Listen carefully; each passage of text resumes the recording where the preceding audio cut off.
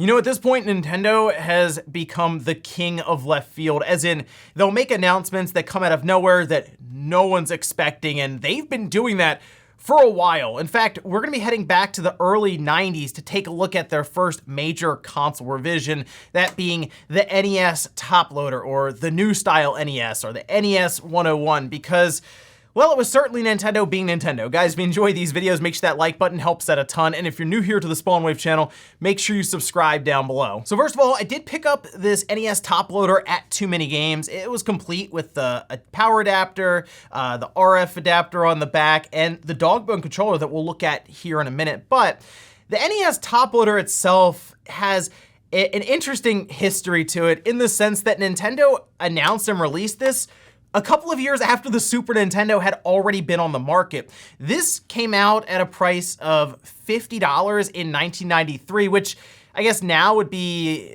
$85 to $90 with inflation. So it was mostly positioned as a budget model system, something that if a person can't afford to get a Super Nintendo or can't find one, well, the NES top loader is there at a reasonable price, and there were a ton of games at the time that maybe were being sold off cheap since the Super Nintendo was all the rage at the time. So let's take a look around the top loader here for a minute. We have two different switches on the front, one that pushes up and down for power, and the other one just presses for reset. I do like the power button being like this nice bright red. It's a good contrast, and obviously it plays off of the Nintendo red. The whole system is much more curved than what the original NES was set up, where that was mostly a box with just like sharp edges all the way around there. We have two controller ports on the front here. No power LED, which always throws me off with these systems because you really don't know if it's on or off. I mean, yeah, you can see the switch being pushed that way, but like, you may not know if there's power running to the system or not, and that's an issue you'll run into because maybe there is no power and you're trying to troubleshoot it and you can't tell if there's an issue with the cartridge or the system. On the back, we do have the channel select, channel 3 or 4, we have RF out and AC adapter. This is where we start getting into the point where it's Nintendo being Nintendo. They took out the ability to display through composite.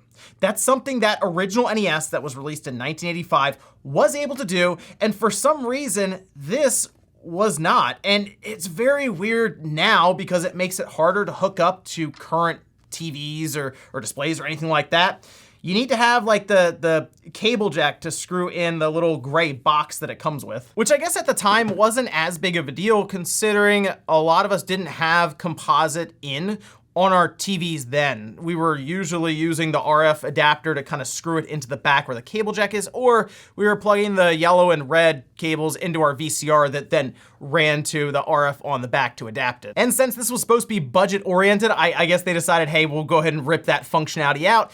Maybe they had research and focus group testing and all of this, and they realized not as many people are using it, so it can go. Unfortunately, didn't translate well into the modern era. I think I would have preferred them just to go with that multi-out that they have on the Super Nintendo. Remember, this released right next to that system, and there were already adapters and accessories out there that would plug in and have that multi-out go to the RF screw on the back of your TV. So if anything, just remove both of these and have put that there. Then we have our power plug here. We do have this number. It still works, by the way.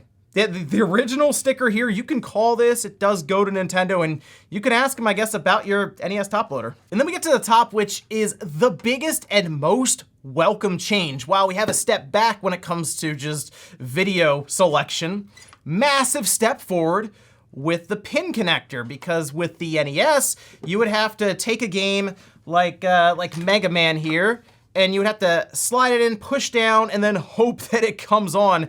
Most times it didn't. You had to play around with it, and that's when people would, of course, blow into it. Nintendo basically had to say, stop doing that. This, so much easier to take it and just kind of drop it in like that. And to go along with the upgraded pin connector here, Nintendo removed that lockout chip that would cause the blinking red light. And most of that was just for compatibility and functionality, really. That way, you could still have some graphical glitches, but the game itself would boot. Now, that does open up this system to have the ability to run unlicensed games, which is one reason people will take these top loaders and RGB mod them, which is very popular, and I'll probably do that for this one, because it's just so much better than that 72 pin connector that you would mess around with constantly. But it's just Nintendo being Nintendo. Big step forward with the pin connector upgrade, massive step backwards when it comes to video out. They also updated the NES controller, much more curved. This is typically referred to as the dog bone controller, which, I mean,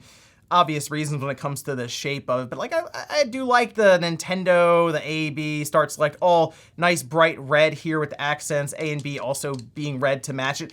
D-pad's still good, and the curved nature of this controller I think is fine. Some people still like the original where it's very boxy and kind of the sharp edges, but I don't feel like this controller is that big of a problem, even if you prefer the other one, because it still fits well enough. Also, if you haven't tried out a D-pad from this era in a long time, it's so much better than what we deal with now, and it's like immediate. Once you start pressing around on this, you're like, where did we go wrong?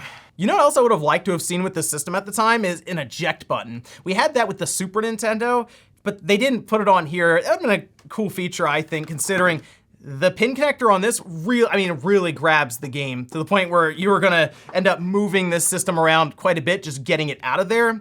Whereas the eject button in that Super Nintendo would just dislodge it enough to where you just kind of picked it up out of there. But like this, you have to really rip at it. We'll go ahead and open it up too. I mean, these systems at the time were just very, very simple. There wasn't a lot to it, no moving parts or anything, especially now that the 72 pin connector has been eliminated.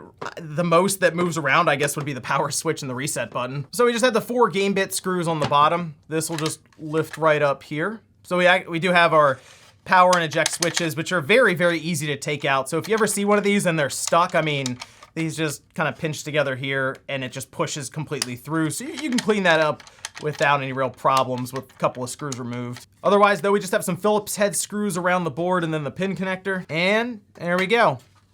Bit simpler than what we're used to now, not as complicated as all the other new systems. It's straightforward. You got a CPU, a PPU, or a picture processing unit. You don't have SSDs and graphics chips and memory modules all over the place. This was a simpler time, but it's much more straightforward. It's much more durable than what we have now, obviously. I mean, you can just see the thickness on that board. I mean, this thing is not bending even a little bit. Also, they took a lot of care with the pin connector here. You can see kind of these pins that are going down and bending a little bit at the bottom there, and then just a ton of structural support right here. I mean, obviously, they don't want you to rip this entire pin connector with it, but it looks like they put quite a bit into anchoring this guy down to make sure it doesn't get damaged from a game. I mean, really, when you lay it out like this, it's a very simple system, but also it makes more sense how Nintendo was able to release this at that budget price of $50 in 1993. Even though the Super Nintendo was there, in their mind, hey, we can make them at an affordable price and just have an option available with a ton of games. I think I am gonna do an RGB mod on this